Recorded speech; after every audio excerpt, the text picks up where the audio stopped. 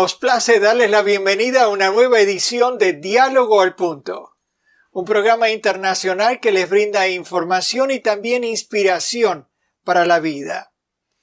Hoy nos acompaña la señora Gloria Lozano Castrejón, escritora, poetisa y educadora, que ha trabajado y viajado por varios países.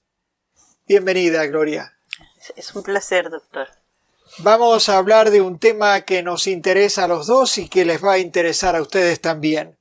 Como sabemos, la palabra oral y escrita tiene un poder enorme para transformarnos y se vuelve aún más poderosa cuando está condensada en versos y en poesía. Tenemos sobre la mesa varios de los libros que has escrito, además de otros en los que han aparecido tus poesías. Tengo aquí 3 cerca de mí. Uno de ellos es Heroínas de la Fe. ¿Qué te motivó a escribir este libro? Heroínas de la Fe es un acercamiento de algunas destacadas mujeres de la Biblia, que han sido de mi inspiración también. El libro lo describen los editores como imágenes, vislumbres y atisbos de esas mujeres en sus mejores momentos y en su carácter esencial. Muy bien. Libro de damas de la Biblia. Lámpara a mis pies. Lámpara a mis pies es el producto de mis reflexiones devocionales. Ajá.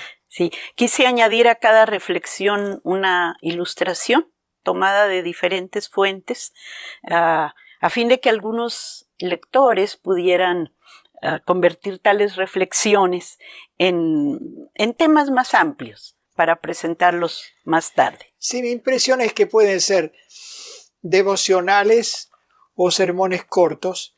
Está una muy buena colección, muy útil. Gracias. Y entonces está aquí Casa de Entonces, que tiene un título intrigante. ¿De qué trata Casa de Entonces? Bueno, Casa de Entonces es realmente un tributo a mis padres, cuando fallecieron casi simultáneamente. Uh-huh. Tiene como protagonista principal la casa de mi niñez, ese espacio material en torno al cual giran personas y recuerdos, ¿no? Bien. No es autobiografía. No, yo lo he leído todo y tiene esa nostalgia del hogar, de la ciudad en que te criaste. Ahora, nosotros vamos a dedicar el resto de nuestra conversación a tu obra poética y a leer algunas muestras de muchas poesías que has escrito. Y entonces la pregunta es, ¿cómo y cuándo ingresaste al mundo de la poesía?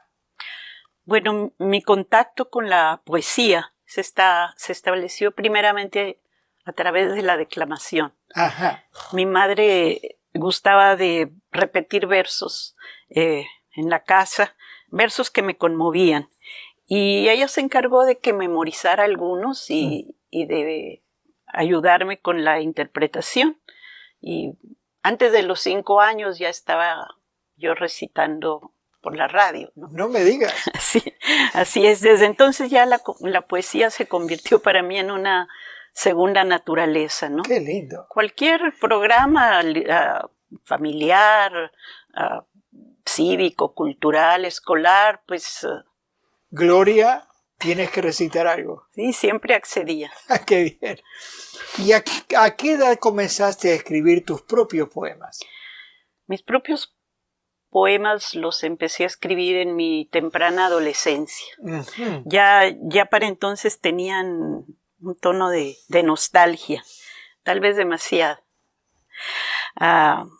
Había también en ellos un dejo de asombro por la naturaleza, sobre todo por la naturaleza que rodea el paisaje de mi tierra natal, ¿no? Ajá. Sí. Que es el estado de Coahuila. De Coahuila, específicamente en la ciudad de Saltillo. Ajá. Pero también paisajes con los que tenía contacto a través de los libros y la imaginación. Bien. Imaginaba el mar, por ejemplo.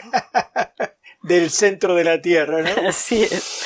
Ahora, hay un poema corto que está inédito, que me pareció profundo y juguetón a la vez, en que describes en forma muy concisa cómo se hacen los versos. ¿Quieres decirlo, por favor? Y como no es como una respuesta más bien irónica o de evasión, ¿no?, a esa pregunta que mucha gente nos hace a los que escribimos poesía, que cómo se forma un verso con tela del corazón y una agujita muy tierna bordando su sinsabor. Una madeja de oro con anhelos de color, una brizna, una cadencia y un tibio beso del sol.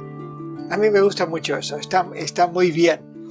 Ahora, pasando así de la imaginación, háblanos un poco de tu concepto de poesía. ¿Qué es para ti poesía en tu vida, en tu experiencia?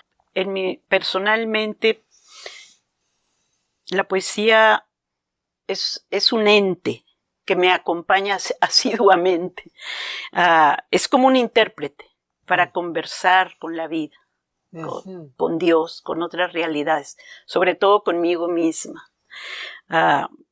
¿Es como una especie de otro yo, de otro alter ego? Es más bien una vía, un puente que me conecta con espacios y dimensiones que de otra manera serían inaccesibles. Bien. Sí, bien. Así es. Yo voy a leer uno de tus poemas que se llama El llamado.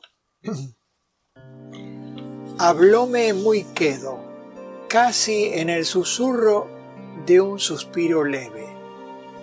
Solo fue un instante, pero el alma inquieta al toque piadoso de su mano tierna asintió con creces. Qué bálsamo suave derramó su quieta floración de nardos y puras esencias. Qué notas sublimes rondaron los aires al tocar sus manos en mis rotas cuerdas. Qué trinos, qué claves, qué luces, qué estrellas, qué fruición de rosas en mis huertos breves. Y qué brazos fuertes haciéndome fieles. ¿Cuántos años tenías más o menos cuando escribiste esta poesía?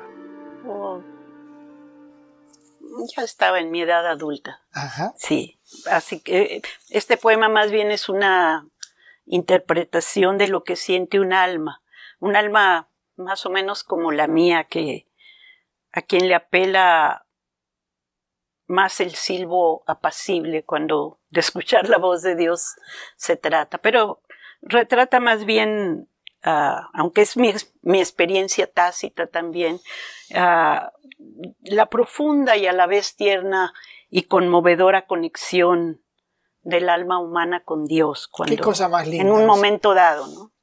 Es una cosa hermosa. Ahora, cuando uno lee tus poesías, uno percibe en el fondo tus lecturas de la Biblia. Tú conoces este libro. ¿Qué rol juega la palabra de Dios en tu poesía? Como cristiana, mi formación espiritual es, por supuesto, está basada en la Biblia, ¿no es cierto? La Biblia, como palabra de Dios, tiene, diría yo, la virtud de adentrarse en el corazón y regir el pensamiento, ¿no? Sí, hasta donde lo permitimos. Correcto, las dos cosas, apela a la mente, al pensamiento, pero sí, también a las emociones. Como la poesía es un elemento vital en mi vida, y la Biblia también, ¿verdad? Creo que de ahí surgen entonces espontáneamente tales correspondencias en mis poemas. ¿Tienes algún libro en particular que te gusta? De la Biblia. Obviamente mis libros favoritos son los poéticos, ¿no? Ajá. Los salmos en los que siempre he encontrado consuelo, en momentos y ánimo en medio de las vicisitudes de la vida. Me encanta el libro de Job, las reflexiones poéticas de Eclesiastés, la exaltación de las imágenes y metáforas de los cantares. Mi evangelio preferido es el de San Juan. Bien. Pero es increíble la profusión de inclusiones poéticas en la Biblia, en todos los libros de la Biblia, aunque a veces los pasemos por alto o no los reconozcamos. Hay una poesía que se llama Romance de la Cruz, en que hablas de un personaje. Háblanos del personaje y luego recita esta poesía. Sí, este romance, entendiendo por ello esa composición específica que habla de una historia con una métrica muy, muy definida.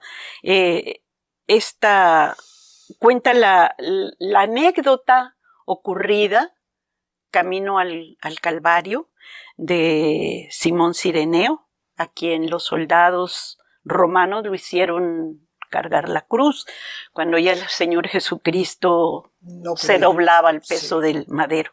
De esta terrible condición de nuestro Señor Jesucristo habla la primera parte del romance. Yo voy a leer solamente la segunda, que trata de la intervención de Simón. A ver. Yo vengo de allende el campo, ajenos los pensamientos, y así de improviso cargan mis espaldas del madero. Fortuita convocación, si castigo, mal impuesto. Yo iba corriendo la vida sin meta ni rumbo cierto, mas sus ojos se clavaron en mi corazón sediento como gotas de rocío sobre el cristal de mi tedio. Era su voz como brisa sobre abrasador desierto, y de pronto aquella carga se me tornó en gozo cierto, y al filo del mediodía ya era manantial eterno con que saciar para siempre la oquedad de mi deseo. Y aquella carga fortuita, aquel terrible madero, se me trocó en yugo fácil al conjuro de su verbo. Ya voy corriendo la vida por luminosos senderos. Ya aprendí a llevarla a cuestas por virtud de su evangelio. Amén. Esa es una poesía que le llega a uno. Yo voy a leer otra que tiene que ver con lo que uno observa cuando viaja por el suroeste de los Estados Unidos y el noroeste de México, con los cactos saguaros, que tienen esta postura que uno los ve y no se olvida. Así que vamos a leer la plegaria de los cactos. La soledad y el desierto, conjunción de sombras parcas, cementerio de las horas con cruces entrecortadas. Se van alargando al viento imágenes cual fantasmas. Los cactos alzan al cielo sus inmóviles plegarias. La plegaria de los cactos.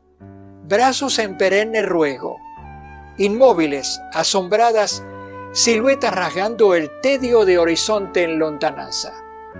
Portentos de voluntad, eclosión de arena y savia, postura bizarra y noble en la doliente campaña. Paradigmas de mi lucha. Existencia que se afana con férrea rodilla al suelo, mientras el rostro levanta y un par de brazos dibuja, rumbo al cielo, su esperanza. ¿Captas muy bien eso? Están allí estos cactos orando a su creador. Y queremos hablar un poquito acerca de tu familia. Nos trajiste algunas fotos. ¿Qué es lo que vemos aquí? Estas son mis dos hijas. A la izquierda mi hija Cintia, a la derecha mi hija mayor Mirna. Ajá, ¿y en la siguiente? Aquí aparecen mi hijo Omar Y mi nieto Kenji Javier. Bien. ¿Y entonces una celebración aquí con el nieto otra vez? Así es, con mi esposo y mi nieto. ¿Cómo se llama tu esposo? Mi esposo es el doctor Jaime Castrejón. ¿Y su profesión? Él ha sido pastor y administrador por muchos años, además de evangelizador también. Bien, linda familia, padres, 3 hijos y un nieto por el momento. Así es. Bien. Sí. Por favor, léenos como aquel árbol seco. No todo está perdido. Dentro la escueta languidez del tallo está la forma oculta de muchas primaveras. El viejo tronco en su rugosa orilla es aridez al tacto, pero cuántos arrullos de palomas palpitan en su seno recitando el salmo de las tardes estivales. El árbol seco alarga lentamente las ramas como garfios. Parece que se muere y sin embargo fluye la vida en su interior extraño. Ni el invierno ni el hacha puede acabar aquello que se guarda profunda, intensamente en el alma cual fuego. A veces, tras el golpe de ruptura inclemente, brota una nueva rama. Y a veces, ni la muerte puede apagar la hoguera que se prende con fuerza de las telas del alma. Más allá de su arbitrio, gloriosa, soberana, debajo de esta burda corteza tan humana, arde sublime el fuego de la fe que nos salva. Está muy bien. En el fondo de una apariencia muerta hay una fe viva. Siempre hay una segunda oportunidad. Así es. Varios de los poemas que estamos leyendo son de este libro tuyo, Del vitral y la estrella, que es una colección muy bella, de la que prácticamente no quedan ejemplares en circulación. Así es. Vamos a leer algo más. Yo voy a leer Cuando me vaya, viento. Cuando me vaya, viento, ¿qué quedará contigo?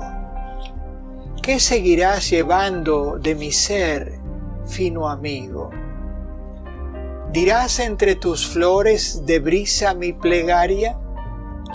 ¿O callarás del todo, discreto camarada? ¿Qué dirás de mis sueños? ¿Qué será de mi voz? ¿Qué dirás de mí, viento? ¿Qué le dirás a Dios? Vamos a tu tierra, recuerdos de tu infancia. Lee por favor este siguiente poema. Era un aroma tenue y un vientecillo suave en la frescura clara de la mañana azul. Era el canto del ave regocijando el valle, un arrullar de frondas y un arroyuelo audaz. Era sin más mi infancia retozona e inquieta. Era el risueño vuelo de una ilusión sin par. Era el ingenuo brillo de la pupila abierta y un palpitar de asombro del corazón tenaz. El aroma persiste de la lejana fronda, la frescura del alba y el trino del gorrión. Se deslizan furtivos en el recuerdo insomne y en el pecho el suspiro se convierte en canción. estamos acercándonos al final. A la gente le interesaría saber un poquito de las circunstancias en que tú sientes el impulso de escribir poesía. ¿Qué te motiva? ¿Hay alguna hora del día en que te sientes mejor escribiendo poesía? Danos un poquito el contexto de eso. La creación de mis poemas, buenos o malos, obedece a una ley que todavía no he podido descifrar realmente, ¿no es cierto? Pues su inspiración es un tanto, digamos, arbitraria, impredecible. No hay tanto una intención de escribir un poema. Es más bien que el poema se impone por la fuerza de su, entre comillas, santa voluntad.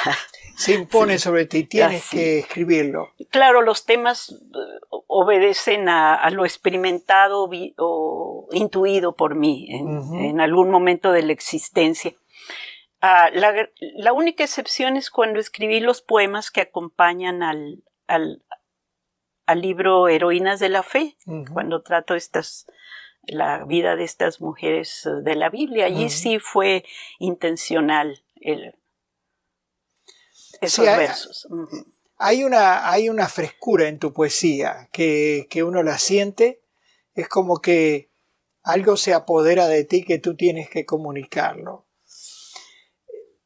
Yo quisiera que al acercarnos al final leyeras estos últimos versos con que cierras el libro, Epílogo. Pero antes dinos, ¿por qué elegiste este nombre?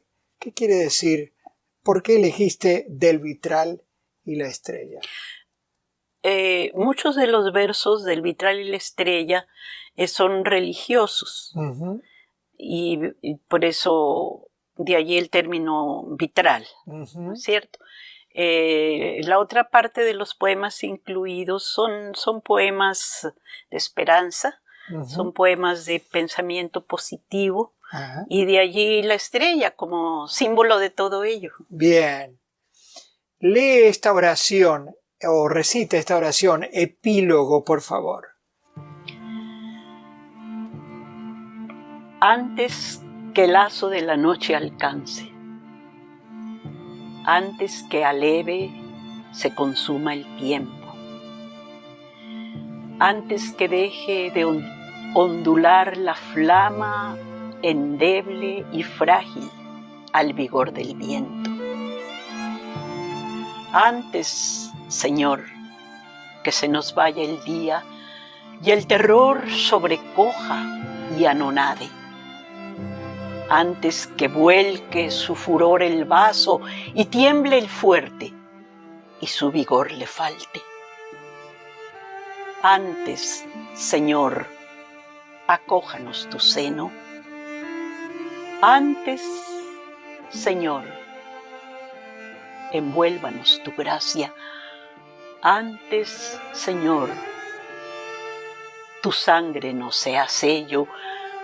Antes, Señor, tu gloria nos sea ala. Amén.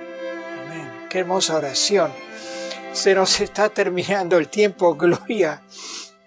A lo largo de los años tú has ocupado distintas funciones: esposa, madre, escritora, poetisa, educadora, has viajado por el mundo. En resumen, ¿cuál sería tu satisfacción o cuáles serían tus satisfacciones?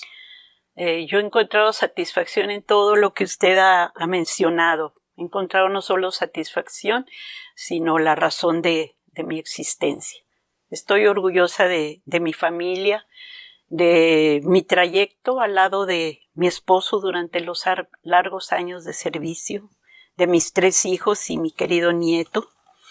Y la vida me está dando ahora la oportunidad de pasar más tiempo con ellos, de gozar de su compañía.